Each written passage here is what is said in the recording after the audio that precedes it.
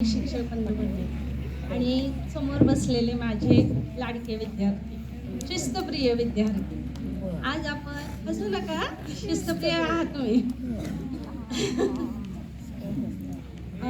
आज आपण विज्ञान छंद मंडळ या अंतर्गत वैज्ञानिक कथा, राष्ट्रीय वैज्ञानिक कथा दिन हा साजरा करतोय आणि हा कथा दिन आपण डॉक्टर जयंत नारळीकर यांच्या जयंतीनिमित्त आपल्या देशभरामध्ये साजरा केला जात आहे आणि त्यांच्याबद्दलची सगळी माहिती आता सोनटक्के मॅडमने आपल्याला दिलेली आहे.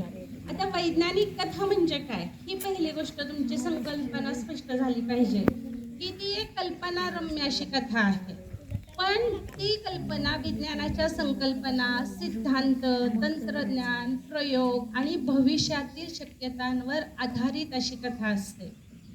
बालमित्रांनो, तुम्ही एलिनच्या गोष्टी वगैरे बघितल्या असतील. परग्रहावरून एक एलिन आला आणि त्याने काय केलं, हे भविष्यामध्ये होऊ शकतं. अशाच कल्पनांवर आधारित ह्या वैज्ञानिक कथा असतात.